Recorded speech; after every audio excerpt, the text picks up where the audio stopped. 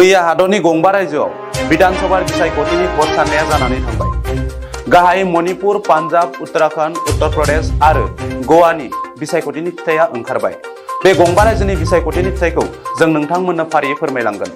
बबे रायजोआव सोर राजखान्थि हान्जाया बेसेबां सीट मोननो हादों, बबे रायजोआव सोर सरकार दागोन, बेखौ जोङो रिलाइभ निउज 24 नि नायगिरि नोंथांमोननो बे समाव फोरमायनो आखायाव लादों। गिबियाव मणिपुराव मोन 60 एसेम्बलि सीटनि थाखाय बिसायख'थिया जादोंमोन। बे 60 एसेम्बलि सीटनि गेजेराव बीजेपीआ गासै मोननो हादों 32 सीट। इन्डिपेन्डेन्ट एबा उदां बिजाथि महरै देरहासार जानो हादों मोन 3 सीटआव। कंग्रेसआ मोन 5 सीटआव देरहासार जानो हादों। जनता दलआ मोन 6 सीटआव। कुकी पिपल एलायन्सआ गंनै सीटआव।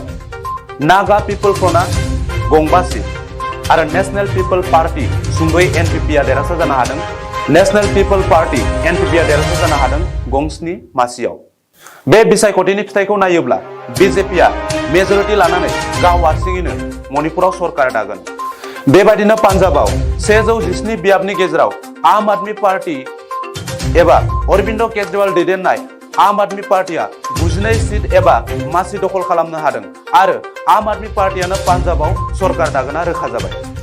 पान्जाबाव बीजेपीआ मोननो हादों गासै गंनै मासि। कंग्रेसआ मोननो हादों 18 मासि। बीएसपी गंसे। बीएसपीआ देरहासार जानो हादों मोनसे मासियाव। इन्डिपेन्डेन्ट महरै एबा उदां बिजाथि महरै देरहासार जानो हादों मोनसे सीटआव। उत्तराखंडआव बीजेपीआ मोननो हादों 255 सीट। अपना दलआ मोननो हादों 12 सीट। बीएसपीआ मोनदों मोनसे सीट। इन्डियान नेशनेल कंग्रेसआ देरहानो हादों मोननै मासियाव आरो एसपी समाजवादी पार्टीआ देरहासार जानो हादों गासै 111 मासियाव आरो गुबुन गुबुन दोलोआ मोननो हादों 22 सीट। उत्तराखंडआव बीजेपीआ देरहासार जानो हादों गासै मोन 47 मासियाव। कंग्रेसआ देरहासार जानो हादों 19 मासियाव।